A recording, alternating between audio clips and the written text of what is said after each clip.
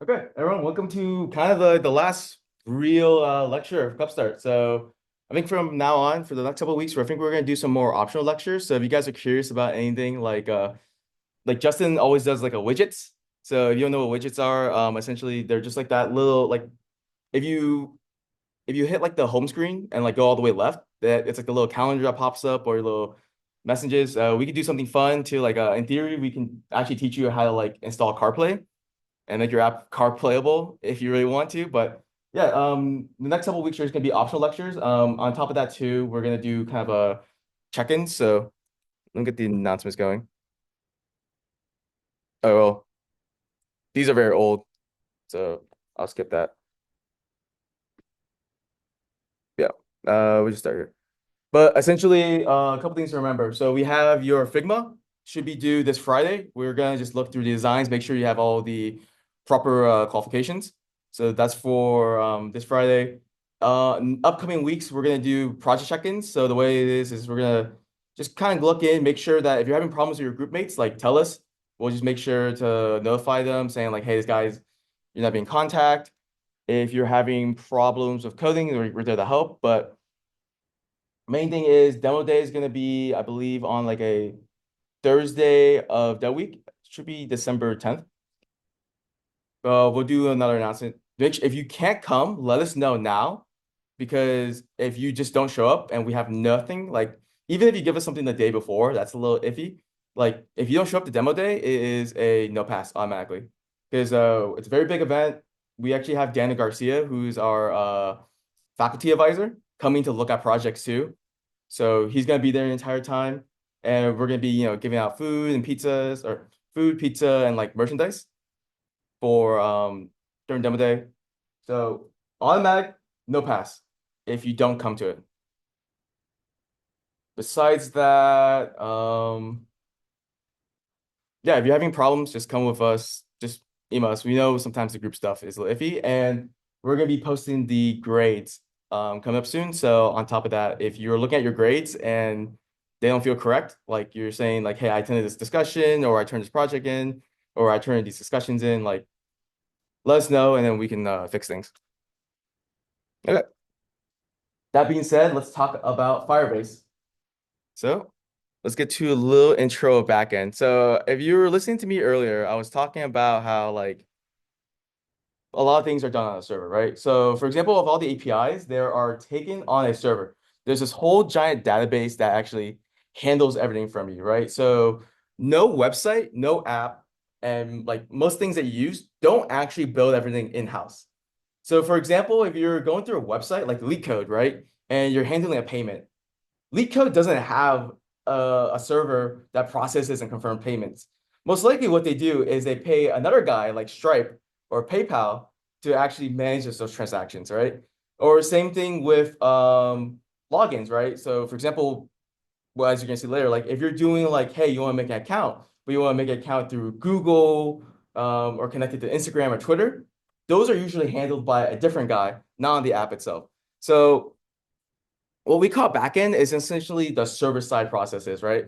Some thing on a essentially it's just some code that's being handled on a computer that actually manages all our requests. And that's kind of how most of the internet works, right? Same thing with the website, same thing with apps.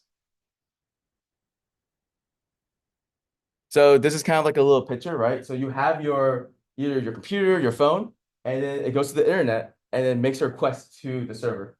And then the server will just listen to our request, right? So as you learn through higher like upper divisions, right? There's these things called like HTTP requests. And like essentially what you do is they ask the server to do something, and then the server either gives back the information or changes something on the server. The Firebase is actually kind of give you a good gist on how these requests work, but yeah, that's how most like platforms work, right? They simply your app or website is just like kind of like a manager or like a more of a UI like a UI manager, while everything gets done on like a server-side code. So right here is kind of like what the server holds, right? And so for example, like does anyone have like the ChatGPT app or Cloud app, right? That's not being done on your phone. That's being done on the cloud server. So that's an example of what servers used for. Once again, as I manage it, like managing payments, and also in addition to that, right? if you bought like LeetCode Premium, LeetCode needs a way to know that you're premium. So Stripe actually sends stuff to the website to make sure that, hey, this guy's a premium member. He has access to all these features. And obviously databases. So as you see later in our kind of like end of lecture example, we just show you what some database examples are. Okay. So if you guys listened earlier, right, we were talking about like the League of Legends like API and like how that works. Usually you have two options. In theory, if you're really like technically advanced, you can actually buy a computer, which most servers are just a computer, code up a server and create an API that you send to your client. Or a probably easier way is you just pay someone else to do it, right? So instead of like you making your own server and you dealing with all these security issues and management and issues with scale, oftentimes you just kind of have a company do that. So that's where you kind of hear all these words that are like you hear all these like words like SaaS and stuff like that. You just pay like another third party that just sends you the information and manages all that for you. So that's what we're gonna be doing today. So here's just some examples, right? So a lot of these are just databases. And let's get into Firebase. So what is Firebase? Firebase essentially is just Google's platform for backend services, right? So within Firebase, there's actually a lot of cool features. There's authentication. So for example, if I'm making an account, I can ask the account to send a phone number or send a code to your phone, and then you need that to verify. There's actually texting, right? So if you want to have, instead of making your own server that manages all the text, you can just ask Firebase to hold all that information. Primarily, what we expect you guys to use out of it is persistence. So there's kind of yeah, it's persistence. So they have a little database, and instead of contrary to Swift data, which is on your phone, Firebase is both cross-platformed and saved on the internet. So if I was to have another phone connected to this database, all the information on my first phone would be put into the second phone.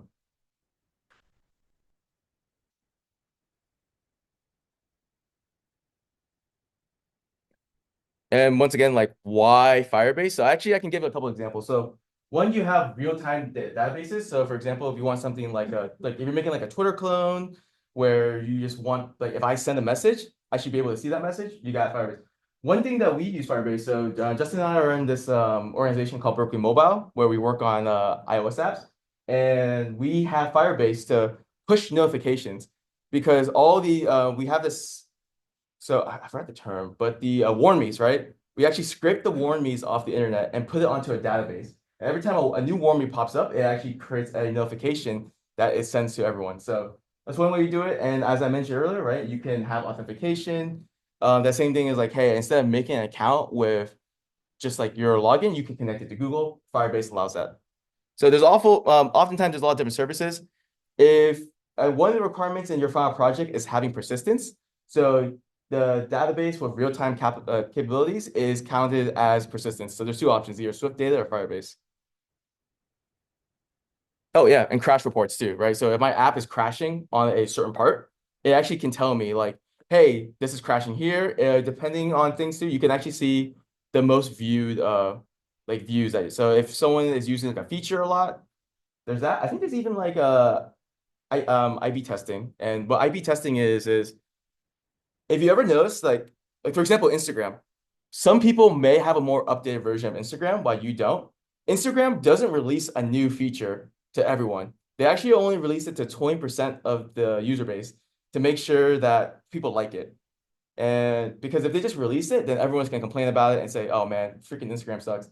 But with because you have a backend service and IP testing, you can actually just release features slowly instead of doing it all at once. But that's something a little more advanced. This is just the pricing. So Firebase is a service. At the level you guys are using it, you should not be paid. Like you should not be paying for it. But this tells you the kind of calculations on what everything is. So for example, if you are making if you have like over 1 billion entries into your database, like they're going to start charging you on it. If people are sending a lot of text, they're going to start charging you on it. But simply your app is considered something in test. it shouldn't actually charge you. If it is, then you are just making a lot of kind of requests. Okay, so there's kind of a couple things you need to do to set up Firebase, right? One thing we need to set up Firebase is this thing called a plist. And what a plist is essentially just a bunch of information that that's just a bunch of metadata that your app has, and then it will get the Firebase. We'll show you what we'll need with it later, but essentially what Firebase does is it makes you download this Google plist and you put it into the app. And with that metadata, it actually confirms. So this is another way of authentication. It confirms that that app is connected to the proper database, to the proper testing, to the proper everything, right? And usually it has something to do with like build bundle IDs. We'll walk through it. We also need some dependencies. So what dependencies are once again, kind of going back to the premise of third-party stuff. If a guy already has a like a library, right, that has everything. Like for example, if you take in Eek16a or I believe Data 8, you are familiar with this thing called like NumPy or Pandas. Do you like instead of making a library that manage linear algebra, you could just download it and just use someone else's, right? Don't reinvent the wheel. So these are essentially dependencies, right? So for Firebase, we need to download their Firebase dependencies. So you'll see later, like instead of like .insert that we use for Swift data, Firebase has db.insert, which is like their version of it. Essentially just makes your life a lot easier. Don't have to reinvent the wheel. Someone else already created the functions for you to work with. All right. Use this thing called Swift Package Manager. What is Swift Package Manager? It essentially just allows you to easily download all these dependencies, right? And most of the times, the ways you do it is Swift has their own things that you can download from, or you search up online Swift package dependencies. There's a bunch of GitHubs that show it to you, and you either grab the GitHub link, put it into the package dependency, and download it. And then you have access to all these functions, right? So going back to for example, CS161, right? Instead of like coding my security thing from scratch, I can just download a guy that does all the hashing or all the security features, right? And wraps it for me. So that's what the package manager does. It just allows you to download all these kind of custom libraries. One thing that I use it for is for a scraper, and it just kind of makes my life a lot easier. I don't have to make extra code to have these functions work. Other things that you kind of hear are Cocoa Pods and Carthage. So if you're ever kind of like applying to a job or anything like that, you see these. These are different. These are kind of like an older like way of downloading packages, but it's very complicated. As I said, you have to be very used to like the terminal. All right. So this is kind of just a little walkthrough, right? You go to Firebase and then it should be empty, right? You make a new account. If you make a new account, it acts weird on your school account. So I usually just make this on my personal account. It asks you to choose a project. So you can hit create project. And then from there, you can hit an iOS app. There, this is what I'm talking about. It will give you this GitHub link. And then from this GitHub link, you download the Firebase iOS SDKs, which just gives you all the functions that it needs to actually access all these Firebase information, like all these Firebase thingamajigs. It will download it, and then once it's downloaded, you should see kind of like these guys right here, right? These little package dependencies. And on top of that, one thing that I didn't mention in the previous slides is right here is the Google Service Info plist, right? Firebase will give you this plist file that contains all the metadata. If you don't have it, you cannot send anything to Firebase. It's going to freak out and say, hey, I can't write to this. I don't have access to it. You're missing the metadata. Because Firebase will ask you for the ID of your app. We'll walk through this more on Friday. We'll just walk through like how to add Firebase into an app. But there's just a lot of security things. It just wants to make sure that one, like no one can just access your database and steal all the information, because that's a very big possibility. If someone has access to this code, right? If you hypothetically, you shouldn't upload the Google plist into GitHub that's public, because someone can just steal it and then now they have access to your database, and you end up with that thing where it's I forgot what it's called, but remember in the summer, the dating app not the dating app, but the guy ranker that got hacked. And like now, like all the people's information got leaked. It actually got leaked on Firebase. Or the guy was using Firebase, and it got leaked because he put the things on public, and people were able to access people's accounts, and they had this weird verification system. I'll find the article, but it was a big thing over the summer. So once again, as of right now, this is a class app. I don't think there's any private or personal information, but those are things to keep in mind that you do not want to kind of upload this Google service information into GitHub. Now I know Justin made the joke, but that's kind of the same thing with API keys, right? If you put your API keys onto GitHub, people have access to it. That's how you get free GitHub. That's how you get free ChatGPT tokens. People usually leave it on the GitHub. But yeah, and then once after that, you have all these services, right? So as I mentioned, you have texting, analysis. Most likely, right here, you're gonna hit fire. If you hit build, and I'll show you most of all these. We'll look at it a little later. But Firestore database is what we're going to be mainly focused on. And Firestore database also uses data models. So kind of going back a little bit to databases, right? It uses NoSQL, which is more of like a document oriented. As you kind of see, it feels like a giant filing cabinet. So you have this one big thing called collections, and then in each collections you have a document, and a document then has like parameters to it. We'll look at it a little better with my little example app, but this is kind of the visual, right? If you have like, for example, if I kept all your grades on Firebase, I'll put fall class, and then I have each of the different students, and then each of the students I can have a number, their name, and like hypothetically just their student ID. So this is what it kind of looks like. Right here, collections, and then you have your little documents, and each document then has their parameters.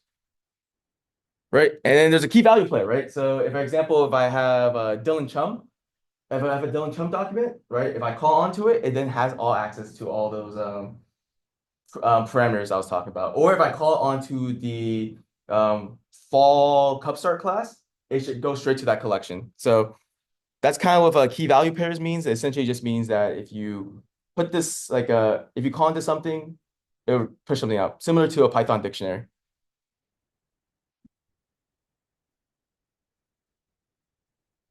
All right, so this is what it looks like right here. This is what I was talking about.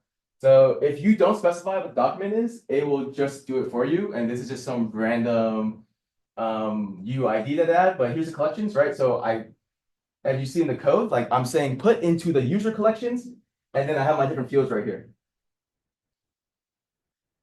So, and also you can actually go into the database itself and start adding people's information. You don't have to just do this to the app. And you see later.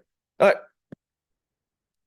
One thing that's always good to talk about is error handling. So I think if a lot of you were messing with the GitHub discussion, you were having a lot of issues with what the error was, right? So like how many people had that issue where they didn't add the optional onto string and then it just didn't work?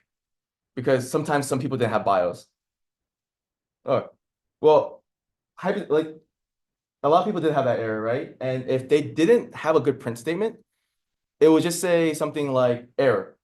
But we don't know what that error was. Like it could have been an error of like not finding the user. It could have been an error of not finding the user. It could have been an error of like that guy doesn't have a bio. That's why it's not adding properly, right? So it's always good to have a little error checks. Remember that throws essentially just implies that now it either can throw an error type or that type that's talking about. So this one is either throwing an error or string. And then you have your little enum cases. Right? Do, catch, and try essentially just means that, hey, like I'm gonna work on this function. It has a chance of return an error. If it returns a certain error, print the statement out, right? That's essentially what this whole do and catch. Essentially, that's what the entire purpose of doing catch is, right? You just want to make sure, essentially, if you're working with like the internet, you have multiple error cases. So here's just an example, right? We don't know what submit grade does, but it doesn't matter what submit grade does. It just knows that it can throw an error, and a potential error it can throw is no project, ID error, or we just have a default catch-all error, right? If it's not an error that we don't know, it can just throw that little catch-all statement. So yeah, essentially, like if you look at this, you essentially don't need to know what submit grade does. You just need to know that it has a chance of throwing an error, and these are all potentially one of the errors that it can throw. So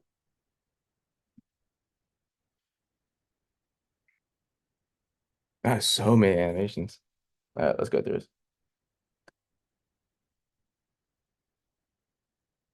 Kind of just a little recap, right? You're throwing an error, so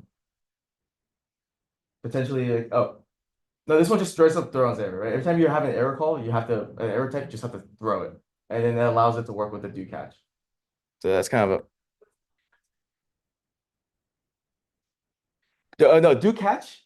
So throwing means that it's you add it on the function, and what throwing is essentially saying that this function can return an error type.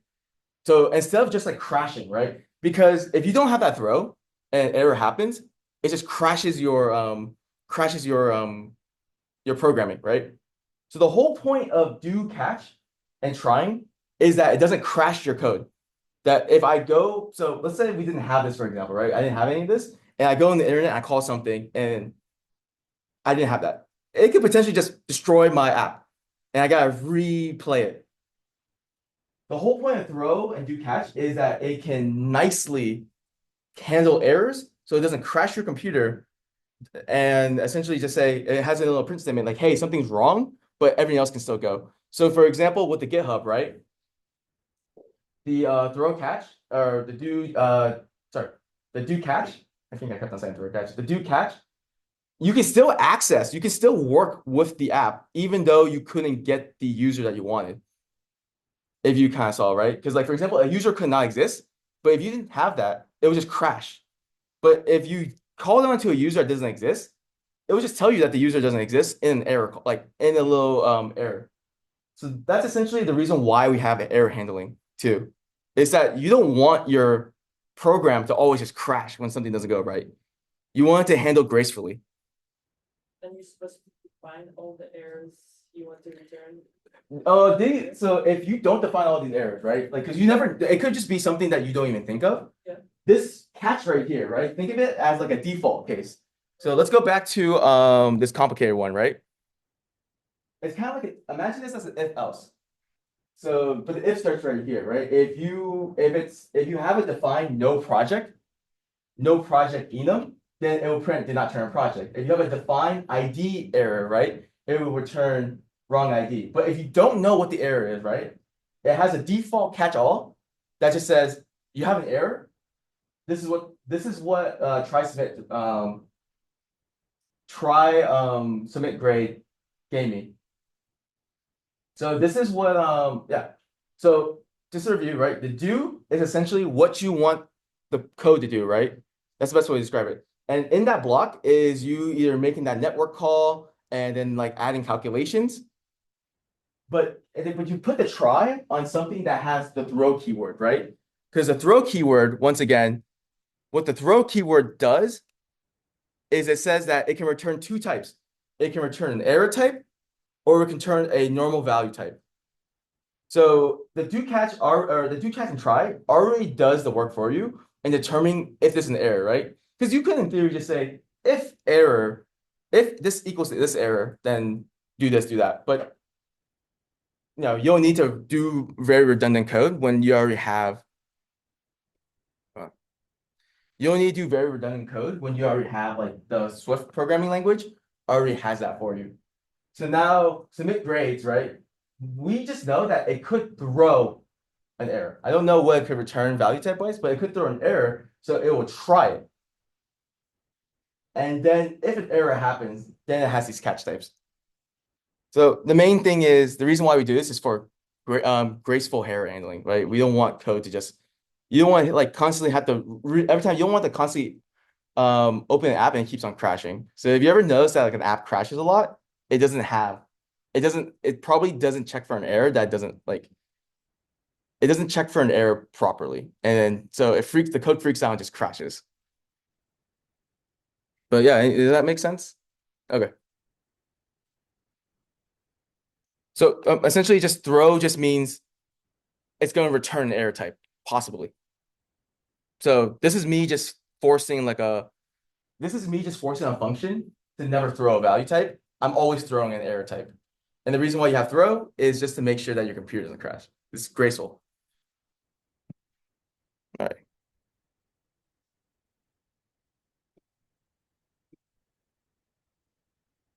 See, oh, so that's probably what that's the reason why I had that.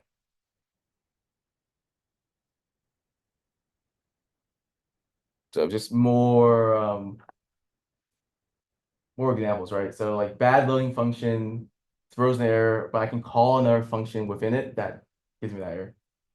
And once again, if you don't know every error type, you just can have a statement that says, I don't know what it is.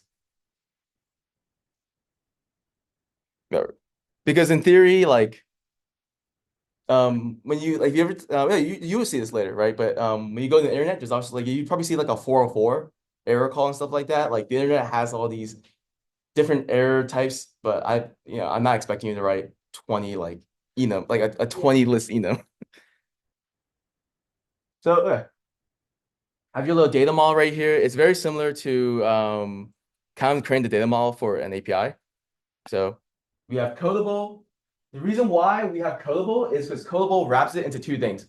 It's encode and decodable, meaning that it can, when receives the JSON file, you have this thing called the JSON decoder, right?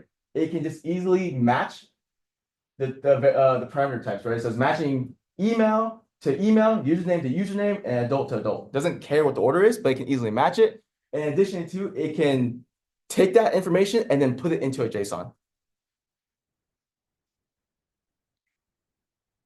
And then this is what I was talking about here, right? Because we download this SDK, now we have this function called .firestore, and that allows us to access the database. So you have all these different imports right here. This is just an example of like how to insert data. So this is very analogous to the insert to Swift data, right? You just hit add documents from users. Users is probably some either string or right now we have a data model that we create. And then this is our users collection, right?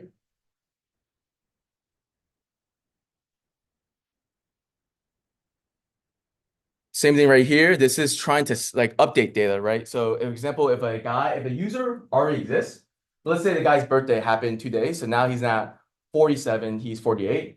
You can change it with set data. So this is another example.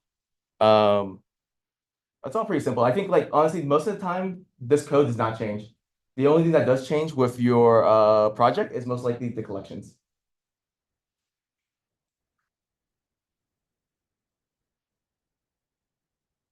This is fetching data. So this is an example of like reading from collection and displaying on your app. So same thing right here, gets documents, most likely the document, oh, yeah. The document's name is going to be the whoever the user is. But if you have a case where you're just creating random names, it might be a little harder. All right. This is an example of querying, right? So let's say I want to get users only where they're adults, right? I only want to display adult users. You just simply say where field. So this is another example. Oh, I just look at you always have like this is you always the DB is just the firestore.store. So this is a function that essentially just creates that connection to the database. Don't need to don't need to know what it does. That's kind of the whole point of like having these SPAs. They add like a little bit of attraction.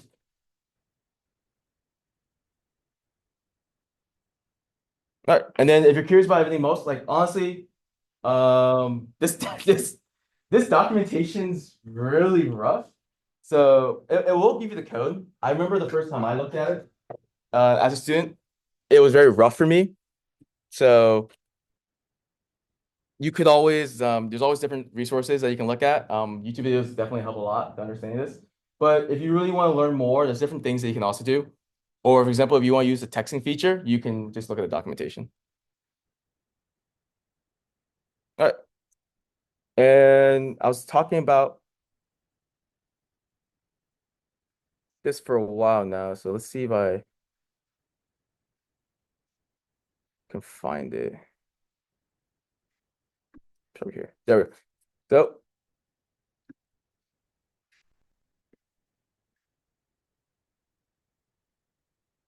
all right, let's look at an example of Firebase, right? So here's this app right here that we have, right? It just adds listings. So hypothetically, it's supposed to just add like, hey, if I'm selling something, this will add. So the whole point of Firebase already is that you just can have persistence, right? So if I hit exit right here, go out, go back into the Firebase app, boom, this still exists. But another thing is that it's a database. So if you can see right here, I have it added right here. So this is the primary example. I have it added right here. So here's kind of my documents right here. So let's mess with it. So showing you like the kind of pros and cons on why you would want like a server. So then let's add like selling or selling PS5, right? New condition.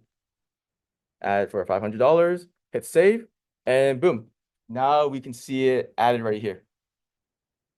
Right? So it's actually real time. Hypothetically, I could add hit auto ID. Because my field is the same, so I have to like make sure it's fine. Well, I just want to make sure.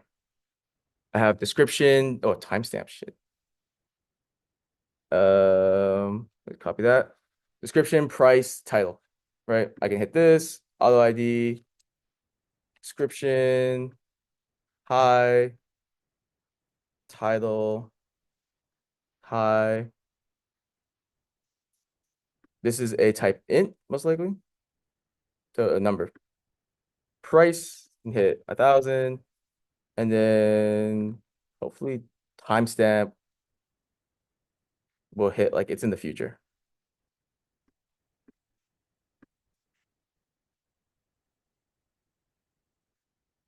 Oh, okay. So if I did this correctly, now it actually should be able to show on my app right here. Boom. So this is the example of manually adding the information onto it. So now, yeah, now we have a persistent piece of storage. If I have another phone, this other phone would actually be able to see everything too. So now you have, or even if I have an Android and hypothetically I make this cross-platform, now the Android is actually able to see all these listings.